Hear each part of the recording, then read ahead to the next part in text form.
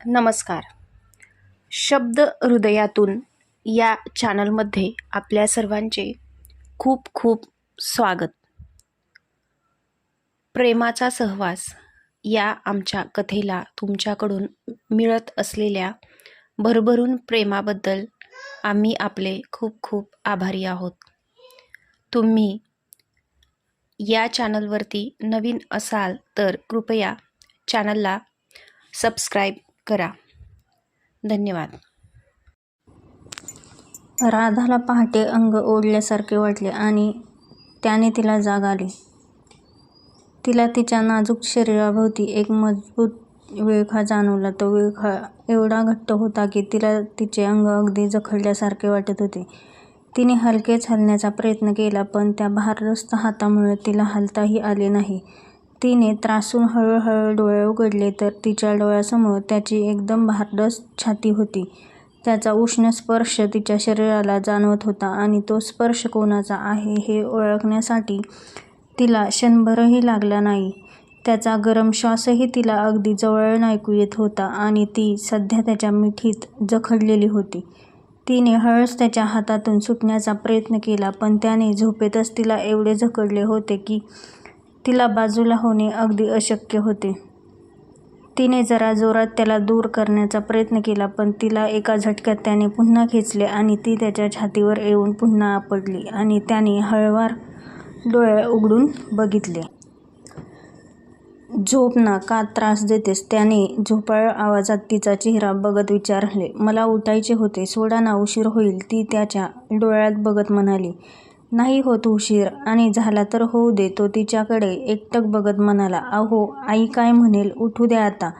ती त्याची ती नजर बघून म्हणाली. उठायचे आहे हा? उठ मग, तो म्हणाला आणि त्याने क्षणात तिला ओढून आपल्या शरीराखाली घेतले आणि तो तिच्यावर झाला.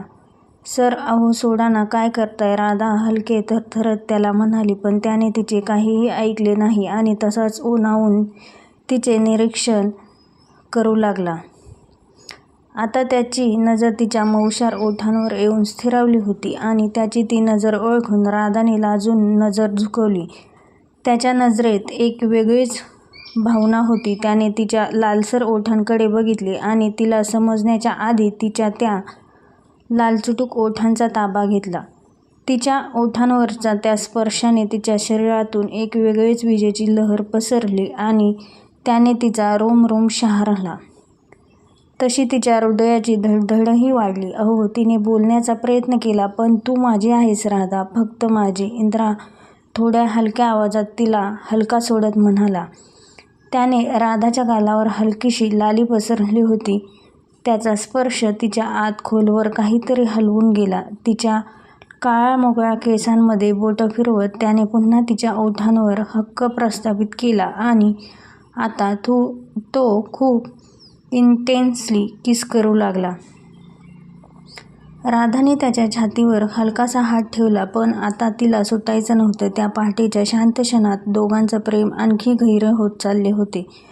तिच्या संपूर्ण अंगावर उमटणाऱ्या त्या स्पर्शाची लहरीने तिच्या हृदयाचा ठोका चुकवला. तिच्या श्वासांची लय विस्कळीत झाली. त्याच्या ओठांचा आणि हातांचा तो समरस हल्ला तिला एका वेगळ्याच विश्वास घेऊन जात होता. तिच्या मऊशार त्वचेला स्पर्श करत त्याचे हात हळूहळू तिच्या पाठीवरून फिरू लागले. तिच्या कमरेला पकडत त्याने तिला अजून जवळ ओढले.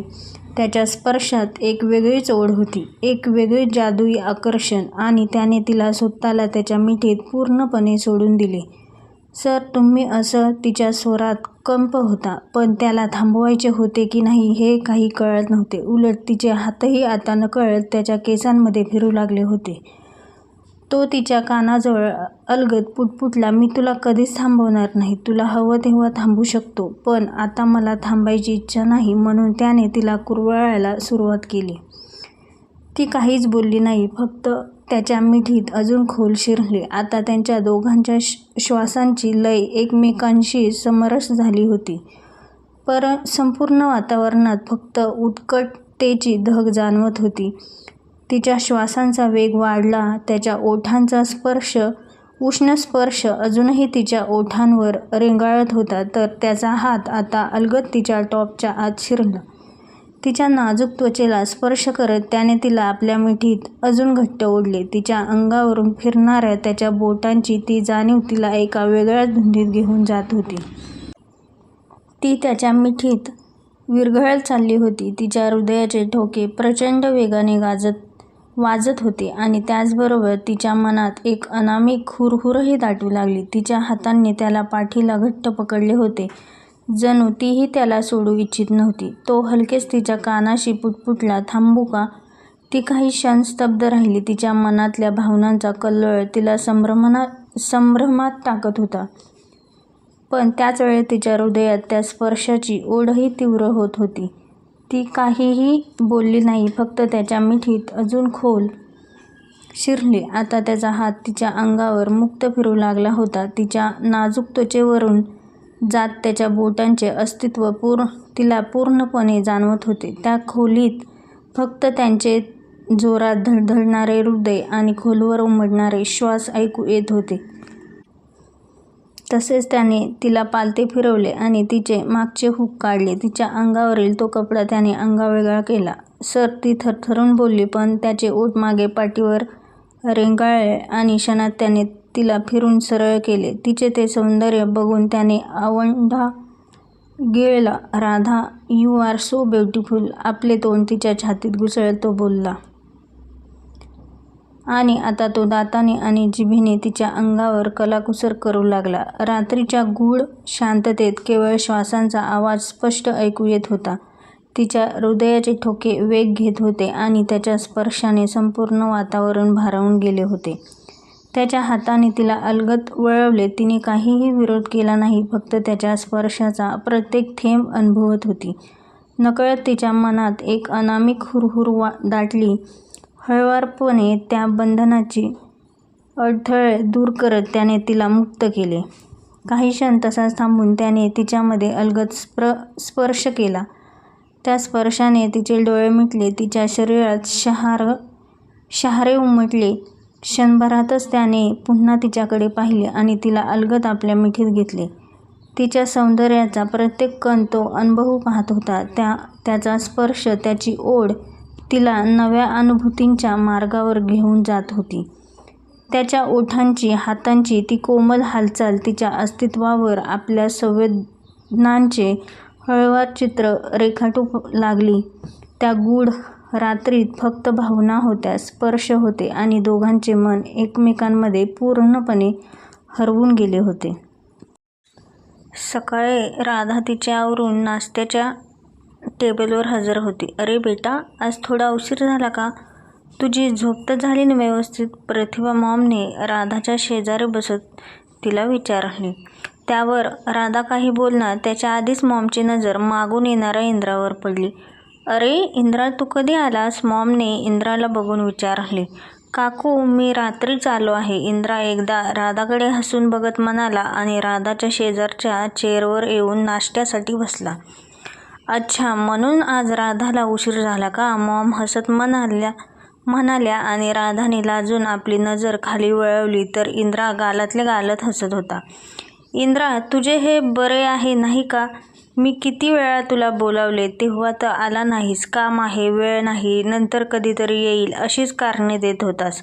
आणि बायको इकडे आलेली तासभर काय झाले तर लगेच तिच्या मागे आलास? मॉम हसून इंद्राला म्हणाल्या. त्यावर तोही गालात हसला आणि स्वतःसाठी नाश्त्याची प्लेट उचलून घेतली.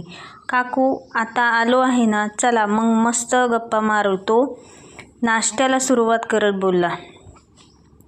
विराट मात्र इंद्राकडे बघत आपला नाश्ता हळूहळू खात होता. बिचारा विराट स्वतःच्याच घरात इंद्राच्या भीतीने भिगी बिल्ली बनून नाश्ता करत होता. राधाला घरी सोडले नाही म्हणून काल इंद्राने त्याची चांगलीच बिन पाण्याने केली होती. त्यामुळे आज विराट एकदम शांत बसून होता. उगाच काहीतरी चुकून बोलून जायचा आणि विराटचा मरेपर्यंत मार खायला लागायचा म्हणून बिचारा काहीच बोलत नव्हता. नाश्त्याच्या टेबलावर हलकं फुलकं वातावरण असते, पण विराट मात्र शांतच होता. इंद्राच्या कालच्या रागाने तो अजूनही बोलावे की नाही या संभ्रमात होता. इंद्रा मात्र अगदी शांतपणे नाश्ता करत होता, पण विराटला त्याचा तो शांतपणा जास्तच धडकी भरवत होता. अरे विराट दादा, तू आज काही बोलत का नाहीस? काय झालं? एवढा शांत बसून नाश्ता का करत आहेस हा? राधाने विराटला शांत बसलेले बघून विचारते. विराट राधाच्या प्रश्नावर थोडा गडबडतो. त्याच्या मनात विचारांचा गोंधळ सुरू होता. हे बघ राधा, तू काहीही विचार कर, पण मी काही बोलणार नाही. नाहीतर परत माझे कालच्यासारखे तुझ्या नवऱ्याकडून वाटोळ होईल, तो मनात म्हणतो. राधा, काही नाही ग, सहज. जेवताना कमी बोलावे म्हणतात ना, म्हणून मी आज शांत नाश्ता करत आहे. विराट हळूच तोंडात नाश्त्याचा चमचा घालत बोलतो. विराटचे आणि राधाचे बोलणे ऐकून इंद्रा त्याच्याकडे एक हलका कटाक्ष टाकतो आणि इंद्राची नजर आपल्यावरच आहे बघून विराट आपले लक्ष पटकन प्लेटकडे वळवतो. इंद्राचे शब्द ऐकून विराट घशात लावंडा गिळतो. प्रतिभा मॉम या दोघांचे सगळे निरीक्षण करत होत्या. त्या काही बोलणार. तोच, अरे विराट, काही झाले नाही.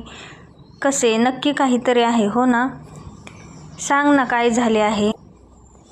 काल तर तुझ्या उत्साहाला अगदी ऊत आला होता, आज एवढा शांत का? इंद्रा थोडे हसून मिश्किल सुरात विराटला विचारतो.